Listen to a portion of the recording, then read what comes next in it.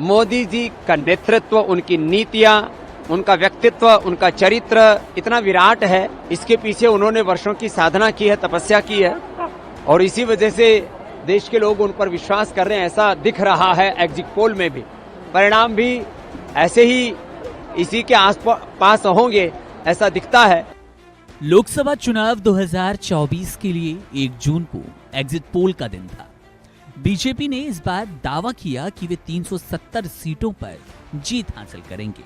वहीं एनडीए अब की बार 400 पार जाएगी। उधर कांग्रेस भी दावा कर रही है कि विपक्षी गठबंधन इंडिया इस बार देश में सरकार बनाने जा रही है। लेकिन इन सब के बीच योग गुरु बाबा रामदेव ने प्रधानमंत्री नरेंद्र मोदी की जमकर तारीफ की। उनके व्यक्तित्व, उनके चरित्र पर क्या कुछ बोले, आपको वो सुनाते हैं।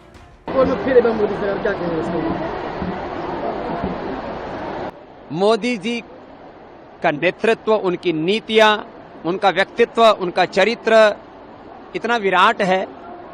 इसके पीछे उन्होंने वर्षों की साधना की है, तपस्या की है और इसी वजह से देश के लोग उन पर विश्वास कर रहे हैं। ऐसा दिख रहा है एग्जिट पोल में भी। परिणाम भी ऐसे ही इसी के आसपास होंगे, ऐसा दिखता है, क्योंकि मोदी जी का जो एक हिमालय जैसा व्यक्तित्व है, उसके सामने दूसरा व्यक्ति खड़ा नहीं हो। जहां एक और बीजेपी और उनके सहयोगी दल एग्जिट पोल से खुश हैं, बम्पर खुशी का माहौल है, वहीं विपक्ष इसे लगातार फर्जी पोल बता रहा है और कह रहा है ये सिर्फ मनोवैज्ञानिक दबाव बनाने के लिए पोल दिखाए जा रहे हैं। जयराम रमेश को सुनिए जरा क्या कुछ बता रहे हैं बीजेपी और एग्जिट पोल पर। उन्होंने ये सरकारी एग्जिट पोल करवाए हैं, ये बिल्कुल जाली हैं, बिल्कुल नकली हैं, बिल्कुल झूठे हैं। इंडिया गठबंधन के पार्टियों को 295 सीटों से कम नहीं मिलने वाला है।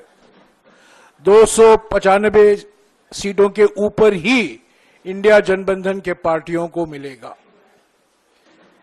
ये एग्जिट पोल फर्जी इसलिए हैं क्योंकि हमारे निवर्तमान प्रधानमंत्री और निवर्तमान गृह मंत्री ये सब मनोवैज्ञानिक खेल खेल रहे हैं, दबाव डाल रहे हैं सभी विपक्ष की पार्टियों के ऊपर, चुनाव आयोग के ऊपर, काउंटिंग एजेंट के ऊपर, रिटर्निंग ऑफिसर के ऊपर, और धमकी दिया जा रहा है। एक माहौल पैदा किया जा रहा है कि हम वापस लौट आ रहे हैं। हकीकत इससे बिल्कुल विपरीत है। और ये जो प्रयास है निवर्तमान प्रधानमंत्री और निवर्तमान गृह मंत्री कर रहे हैं, हमारे जो हौसला है उसको कमजोर करने में, वो बिल्कुल विफल होंगे।